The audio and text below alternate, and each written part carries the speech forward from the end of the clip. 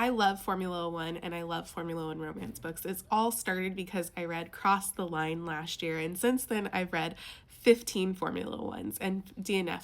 So today, here is my ranking in conjunction with Stories in the Slipstream, so you have an idea of what books I will be talking about this 2026 Formula One season.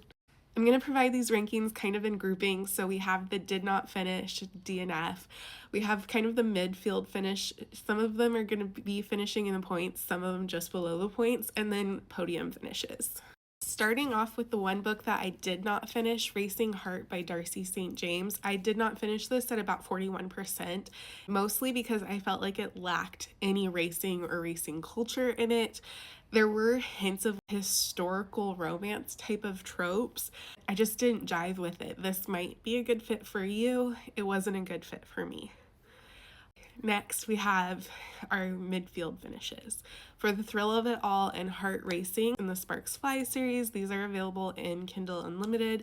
They are more character relationship forward with less emphasis on the racing version of this racing series and some of the danger that can happen on track. Next, I have Pole Position and Crash Test. Both of these are male romances, and for me they end up in this midfield ranking for different reasons. Crash Test was a lot of drama. It does showcase the danger of the sport, really interesting relationship dynamics, kind of too toxic, but I know that there are a lot of readers who really loved Crash Test. Pole Position, for me, it was one of the first Formula One romances I read, and when I read it, I didn't know as much about Formula One as I do today. There were some aspects of the story, looking back now, I'm like, that doesn't feel like it accurately depicts the sport as much as I originally thought.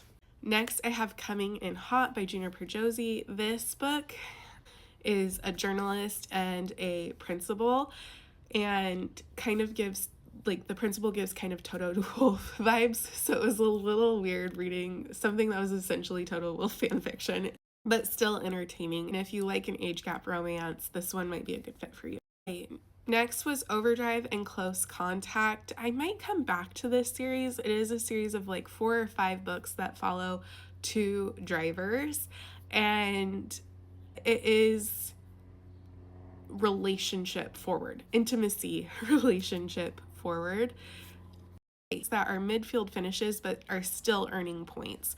We have Faster by Andy J. Christopher, which also is the same name as a nonfiction book that I have on my TBR. Besides the point. Faster was drama filled. It follows 3 different relationships happening. So there is a relationship between drivers and one of their wives, so challengers coded.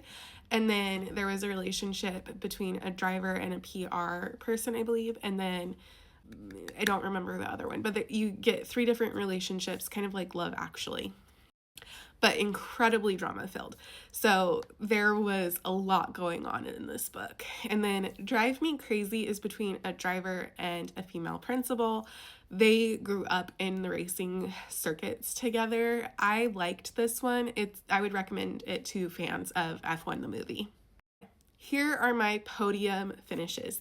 2 of these are duologies and one is a series, and we're getting the 3rd book sometime this year. We have Cross the Line and Ride With Me. I really have a special place in my heart for this because Cross the Line started my love of Formula One, and I love the representation in both of these books. Next is Fast and Reckless and Kiss and Clyde by Amanda Weaver.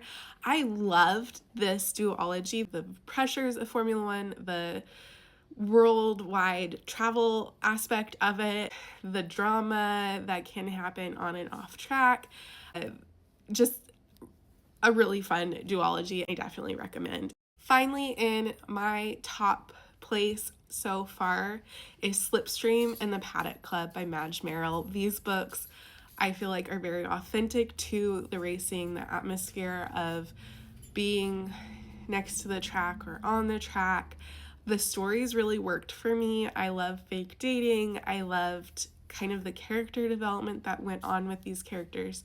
So I've reread Slipstream, I think at least 3 times since it came out, and I just finished the Paddock Club.